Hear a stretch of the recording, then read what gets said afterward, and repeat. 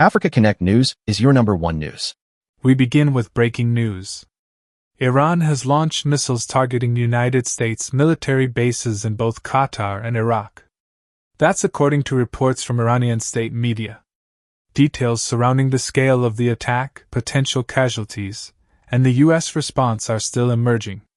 The situation is developing, and we'll continue to bring you the latest updates as they come in. Iran has reportedly launched a series of missile attacks targeting United States military bases in both Qatar and Iraq.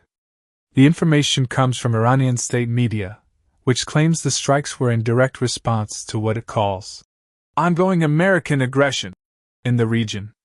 While full details are still coming in, early reports suggest that multiple ballistic missiles were fired, with explosions reported near key U.S. installations.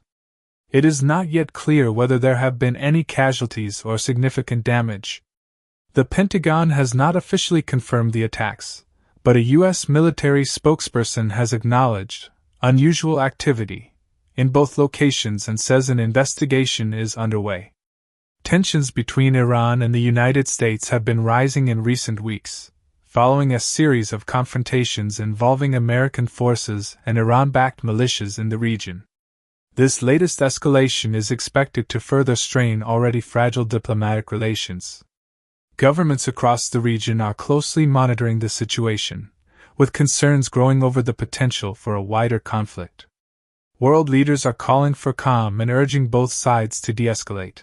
Measures have been taken at this airbase. Planes potentially have flown out the way, and of course, defences at the ready. This comes after the shelter-in-place order for US citizens in Qatar a little earlier. And one new line to bring you just in the last couple of minutes, just since I've sat in the chair here and taken over from my colleague. Donald Trump, we understand from the Reuters news agency, citing CNBC, citing an admin official. Slightly convoluted there, but I just wanted to give you where we're getting this from. The line is this: Donald Trump is currently in the Situation Room with the Defense Secretary and the Joint Chiefs. So, Donald Trump currently in the Situation Room with the Defense Secretary and Joint Chiefs. That is from CNBC, American network, citing an official in the administration, getting to us here via the Reuters news agencies. Our team in the US will be following that up. So, if you have just joined us in the last few minutes, these are the live pictures that we are showing you right now over Doha. The reason being that explosions were heard over Doha. Potential credible threat was suspected at the Al Udeid US-run military base. It's the biggest US base in the Middle East, in the region, and was seen as a potential target for Iran to retaliate after those strikes when the US got involved over the weekend and, of course, hit those nuclear facilities. So all these developments reaching us in the last 20, 30 minutes or so. So let's just try and pause for breath for a moment. Now we've established the live pictures and we've established those pictures of the explosion that we have. Let's speak now to the BBC World Service, Nafisa Konova. So just bring us up to date, given what we've just been learning over the last few minutes of how things stand there where you are.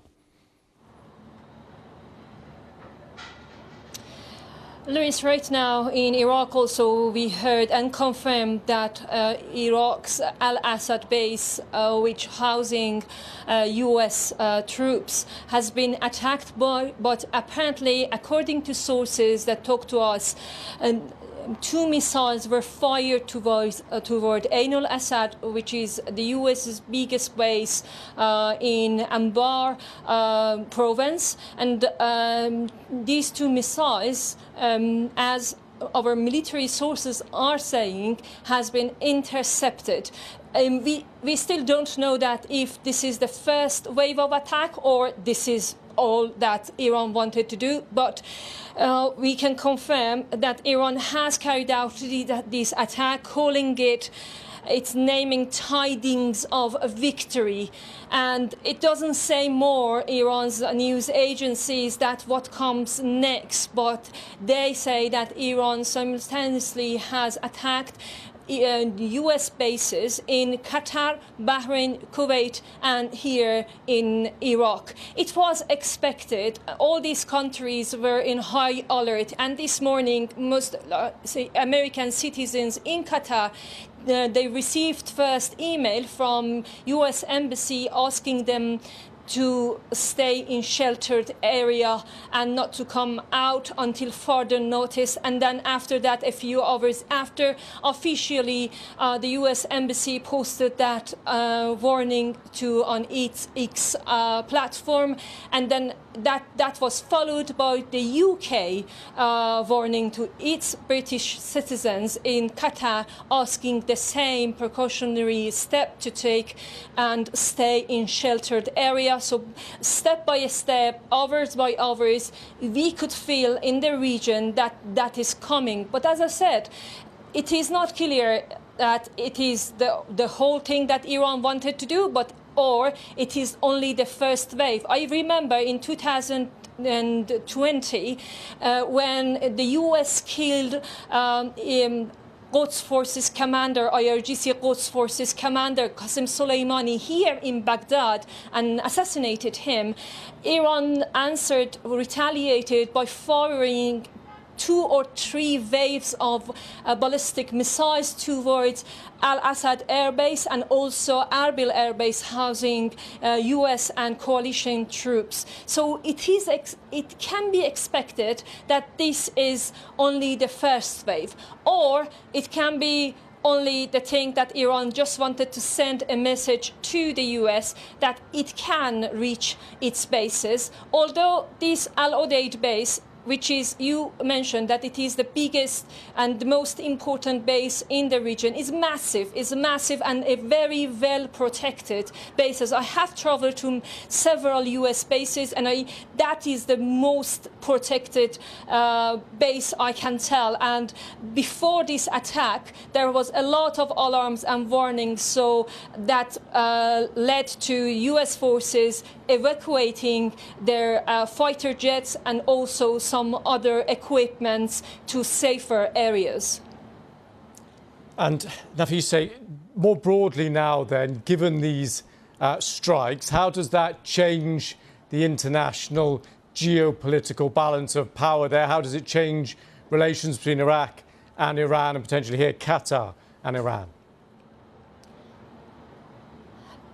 To be honest, Lewis, I think Iran is in odd with all these countries right now. Iran is in a very difficult situation, and no one can deny that. Tehran is in a difficult, delicate situation that has lost its trust to neighboring country as well, including Iraq, that despite that Iraqi government multiple times has said that they oppose the Israeli jets using its airspace to attack Iran, but they can't do anything more than that. And there are reports that even some of the US fighters have used Iraqi airspace, which is closest country to Iran, and Iran had once upon a time, it had a very deep influence in this country, but still its airspace was open to these jets to fly over and reach Iran and target.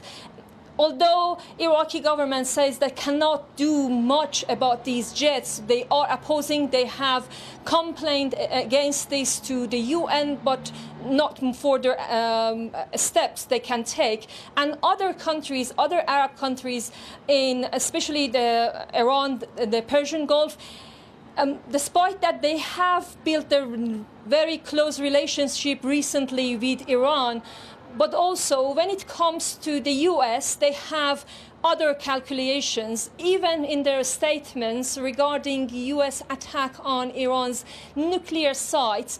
they were so cautious, they were so delicate in putting in words that they are condemning this attack. Their behavior was different of how they put statements out when Israel attacked Iran. So you can feel that how Tehran can feel regarding the situation, and I think Tehran is in the situation that it feels that there is no reason to step back and think about its neighboring countries and its relationship right now with Persian Gulf countries.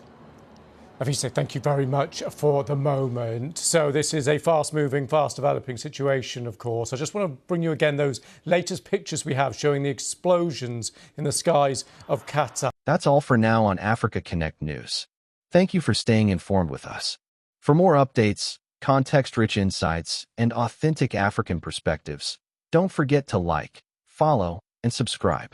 Until next time, stay connected, stay informed, and above all, stay proudly African. This is Africa Connect News.